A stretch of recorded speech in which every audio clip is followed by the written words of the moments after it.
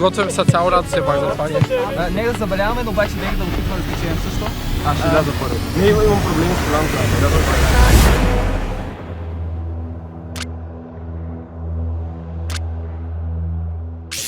В тялото на играч в червено-черно. И това е краят на този добой. 2-2. Алфа Лин втора лига завършва с ключово реми, в което Пасхи Максаково и СТВ Добрич поделиха точките при резултат 2-2.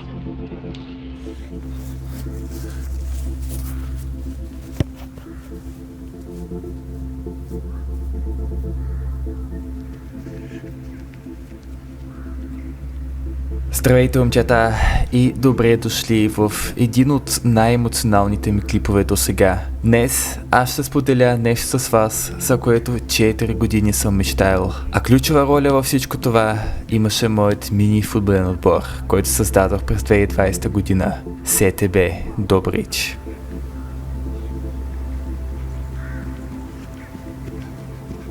Тези от вас, които ме следвате за по-дълго време, знаете, че през 2021 година, една година след създаването на СТБ, аз тръгнах към новото ми академично предизвикателство. Заминах за Белгия, за да уча видео, телевизия и кино в Брюксел. Направих крачка, за която дори нямах и най-малка идея колко тежка от ментална гледна точка ще бъде за мен. Нека да започна с това, че като малък винаги бях много срамежлив. Когато започвах футболният ми път в Добруджа, на мен ми беше трудно да общувам с отборниците ми и предпочитах да оставам на заден план, страхувайки се да направя нещо грешно или да кажа нещо грешно. За съжаление, точно тази липса на приятелство с останалите в крайна сметка ме накара да спра да тренирам на 15 годишна възраст. Въпреки че да стана професионален футболист ми беше най-голямата мечта. Всеки матч имах усещането, че играх срещу два отбора. Срещу съперника, но и също така срещу Добруджа. Защото бях лесна мишен за останалите да ми се идосват, ако направя някакво грешно отиграване. Треньорът ми на време не успя да ми помогне, а и аз бях малък и сам не знаех как да си помогна. Няколко години играх само на малки вратички и ходях на мачовете на Добруджа. Но въпреки всички негативи, футболът много ми липсваше. През цялото време мечтаях да бъда част от футболен отбор, където всеки подкрепя един друг, където всеки може да греши без да му се карат, стига той да има желанието да се подобрява. Исках да усещам тази сплотеност. И така, през 2020 година, със създаването на СТБ Добрич, мечтата ми се сбъдна. Така, Стояне, я обясни, защо си дошъл, какво сме направили? Правихме отбора за аматьорската лига на Добрич. Ай! Това е. Викам да кажа нещо много по-дълго, но не се сетих още. След 2 години отново игра шампионатен футбол, където не се играе само за забавление, а за постигане на резултати. Тази година, сезон 2020-2021, може би беше най-щастливата ми година до сега. Това усещане да печелиш мачове, да прегръщаш приятелите си след мача, да тренираш заедно с колективна цел, просто не може да се опише с думи. Аз винаги си казах като малък, че ако няма да успея да стана професионален футболист, то ще стана видеооператор. И така, след края на сезона ме чакаше ново приключение. Завърнах се в родината ми, за да започна обучението в един от най-престижните университети по видео и телевизия в Европа. Аз бях само на 17 и на тази възраст още не мислиш доста задълбочено. Тръгна за Белгия с нагласата, че ще ми е доста готино, без да имам дори и най-малка идея какво ме очакваше. А какво ме очакваше? Очакваше ме самотност. Още първите месеци в Белгия започнах да осъзнавам какво всъщност съм направил. Оставях социалният си живот, приятелите, отбора ми. Тръгнах от нещата, които без да съм го осъзнавал, ми даваха смисъл да се освобождам и да се наслаждавам на живота. Преместих се в държава, където в градовете трябваше да се постараеш да намериш някаква зеленина. Преместих се в държава, където се усещаше липсата на Бог. Изведнъж, като вярващ човек, на мен ми беше неудобно, че съм вярващ, след като покрай мен повечето бяха атеисти. Изведнъж не се чувствах безопасност, когато бях на улиците, а и самият университет изобщо не беше това, което очаквах. Предмети, от които се интересувах, бяха само 30% от цялото обучение. Обаче, най-болезненото беше това, че загубях футбола. Загубях възможността всеки кръг да играе за СТБ Добрич. За някой от вас това може да звучи смешно. Ще си кажете, този какво се прави, нали учи и получава висше образование, някакво амофала му липсва. Според мен, за да имаш един щастлив живот, се нуждаеш от 3 неща. Здраве, финанси и английската дума purpose, която може да се преведе като смисъла на твоето съществуване. Макар че според 2 бях наред, точно това заминаване в Белгия ме научи какво всъщност е важно за мен. И изведнъж, моят purpose от това да живея в Белгия стана да получа дипломата си и да се завърна в България, за да мога да бъда отново до отбора си. Мале, как не ми се прави това, но няма как. 10 ночи. Ама ни трябва да мисля, че ще е изморително. Това вече е проблема, Ванко. Тука, всичко е тука. Представи си, че е много лесно. Представи си, че хареса да правиш това. Сега всичко се наред.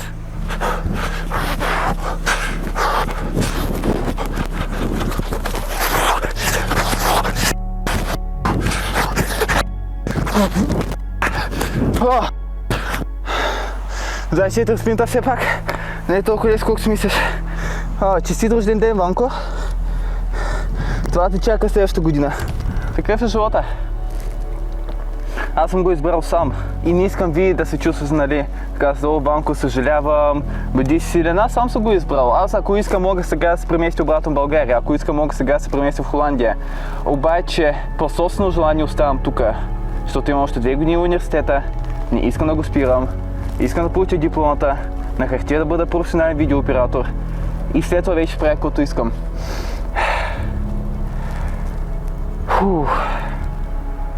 Вау. Всеки ден ставах с тази мисъл, с тази цел. Осъзнавах, че ме чакат дълги и болезнени години, но бях готов да мина през тях, за да се завърна с завършено образование в Белгия. А този път е изключително самотен. Съмнения, дълги дни и ранни сутрини. Аз просто не успявах да намеря нещо позитивно в живота ми в Белгия. И всеки ден ставах с мисълта, че като си легна, ще бъда един ден по-близо до мечтаният ми живот. Но след като са минали над 700 дни и знаеш, че те очакват още поне толкова, ментално това е изключително трудно. Това, което ме държеше жив обаче, бе точно СТБ Добрич. Осъзнавах, че следващите години няма да мога да играя много за отбора. Обаче това не осъзнаваше, че не мога да бъда полезен. Напълно се нагърбях върху организацията на отбора. Планиране на матчове, търсене на футболисти, правене на статистики, всичко, за което може да се сетиш. Пътувах между 20 и 40 хиляди километри всеки сезон, за да играя максимално много матчове за отбора. Знайки, че програмата ми в университета ще ми позволява да пътувам 4-5 пъти на сезон, ми даваше стимул да продължавам да тренирам сам, докато бях в Белгия. Без никакви шеги, този отбор ме държеше жив и ми даваше причина защо да се събъщам и да продължавам да се боря. Не мисля, че разбирате колко депресиращи са улиците в Белгия. Първите няколко дни в университета много се чудих защо всички изглеждат толкова тъжни. Обаче бързо ми стана ясно защо. Винаги ще остана благодарен на Белгия. Предизвикателствата, които трябваше да минавам, ме направиха психически толкова по-здрав. Мога само да гадая, но мисля, че причината защо Бог ми даде тези 4 години в Брюксел бяха точно за това, да израсна духовно. Искам в крайна сметка да бъда правилен пример за останалите. Да бъда доказателството, че ако всяка крачка, която правиш, я правиш заедно с Бога, ако взимаш време да анализираш мислите си и даваш абсолютно всичко от себе си, всичко е възможно. Обаче, как мога да съм този пример за останалите, ако сам не съм минал през трудности? Научих през трудният начин от какво се нуждаеш, за да бъдеш щастлив. И знаех, че като се прибира, ще се наслаждавам на всеки един ден и на всеки един матч, както никога преди. Тези 2 думи, един ден, не мога да ви кажа колко често съм ги казвал. Обаче, колкото да ми звучи нереално, този един ден се случи. След точно 1546 дни най-сетне успя да завърша и да заслужа дипломата си. Спечелих битката, която не мислех, че някога ще завърши. И през лятото вече тренирах с мисълта, че следващия сезон ще играе в почти всеки един матч. Извинявам се, ако тази част на клипа се стори малко дълга. На мен ми е важно да разбирате колко дълго очаквана крачка в живота ми беше това, което ще видите в днешният клип. Докато си слагах нещата в колата, просто не вярвах, че този ден наистина настъпи. Бях на път да тръгна обратно за Добрич. И не го направих сам, а заедно с ученика ми от университета, с който заедно завърших. Сандър.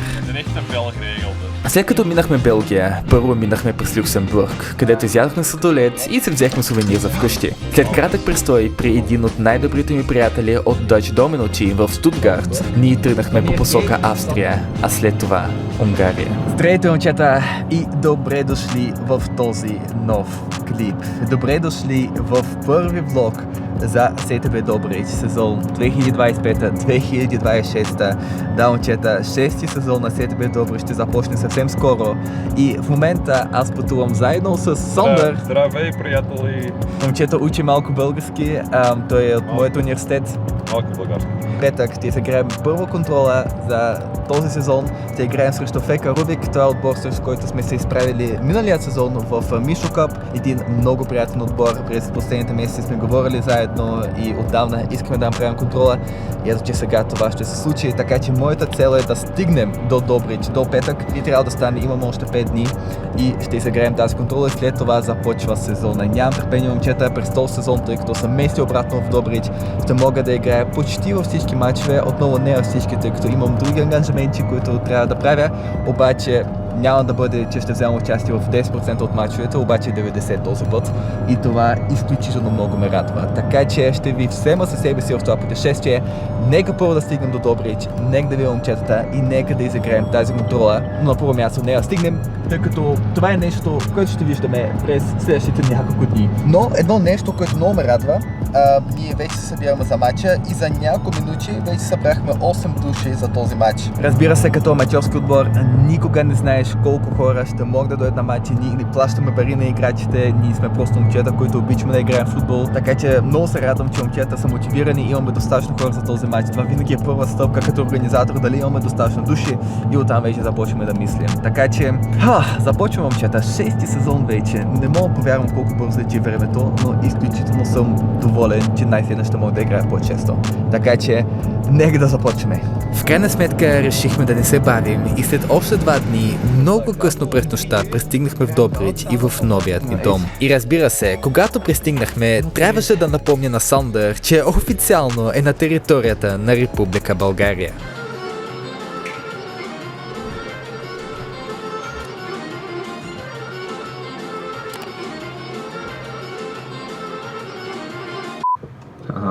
Ето, че ние се завърнахме, момчета.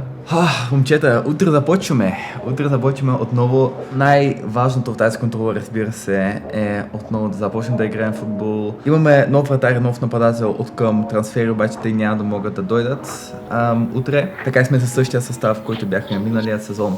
И аз съм развълнуван да играя отново. Само искам да напомня на тези от вас, които още не знаете, че ние публикуваме всички новини, свързани с отбора на Instagram страницата ни. Затова, ако искате да не пропускате нищо за СТБ Добрич, това е мястото, където трябва да бъдете. Всичко е готово за новият сезон. Днес, макар че гостуваме във Варна, за мен това е гостуване, ние ще играем с домакинските екипи, тъй като те са в бяло и червено-черно, по-добре се вижда колко синьо, макар че синьо пак ще е окей, обаче днес сме с червените екипи. За мен това ще бъде първи матч от юни месец. Аз съм си тренирал в Белгия, аз съм си правил своите тренировки, но футбол е нещо друго, така че радвам се, че ще имам тази контрола, ще се забавляваме, тъй като Рубик наистина са приятелски отбор, ще поритаме малко и ще се насладим на събитието. И разбира се, ще ви взема заедно със себе си. Господин капитан, какво ще кажеш за това? Няма да коментирам. И дръжме в течение. Ако можеш да изколаш, ще бъде още по-добре. Сандър бе толкова добър да ни закара до Варна за мача с Рубик. А по пътя нямаше как да ни бъде разпитан какво мисли за нашата държава.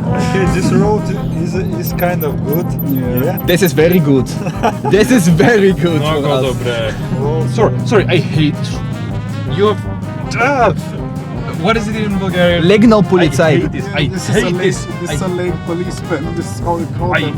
hate it with a passion. We don't have it. But I wanted to say to finish about the roads, that's a very good road because usually, look, in England they drive on the left, in Bulgaria we drive on what's left. Okay, you have a point.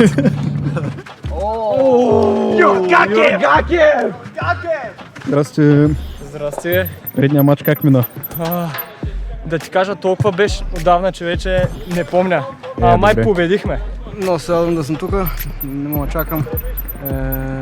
Нещо друго. Позитивно сме настроени, надяваме се да победим и подготвяме се цял рад все пак за това нещо.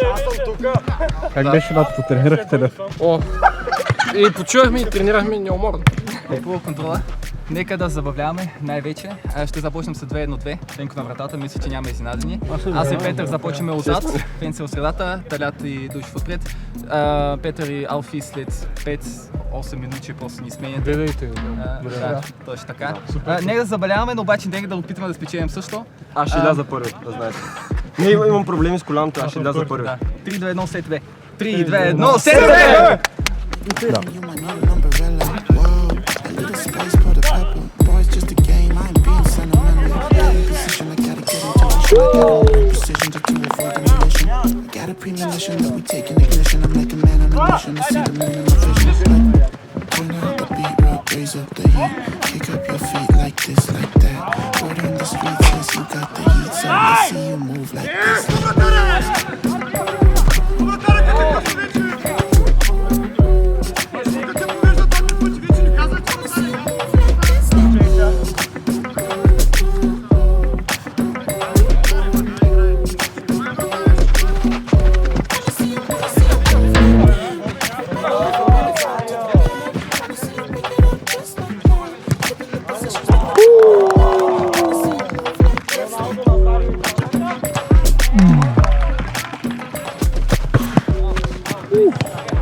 Okay.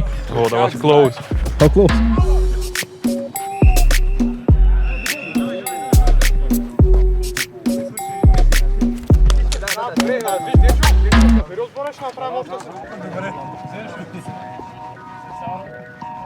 Как мина играта? Как беше всичко? Много добре, много добре. Като изключим коляното се получи една приятелска, хубава игра. Как мина? Ужас. Нищо, винаги има и по-добри игри. Забрал съм го футбола. Yes. And it means? It means like this. Английски, To fuck your mom, but Свърши първ контрола. Колко на колко сте? Мисля, че с 2 гола паднахме, но двата гола, с които 6 на паднахме, 4, нали? първият гол моя грешка и втория гол Венко я пусна просто. Your Instagram, my friend. I use pigeons. Congrats. No, I have Instagram. И така, момчета, с тениска на Добруджа, аз ще свърша този влог за СТБ Добрич. Изиграхме една контрола, мина много добре. Да, загубихме, обаче хареса ми да играя отново с момчетата. Отново Рувик са изключително приятелски отбор и на мен ми хареса да играем заедно. Биха с 2 гола, бяха една идея по-добри от нас, обаче май стана добре. Разумнуван съм, надявам се вие също. Благодаря за гледането на този влог, надявам се, че ви хареса. Ако ви хареса, може да се абонирате. И ще видя следващия път в нов клип за СТБ и в клипа, където ще покажем как свърши първите ни матчове в Амофил Варна и също така скоро в Делта Футбол Лиг. Дами и господа, благодаря за гледането и до скоро. Чао, чао!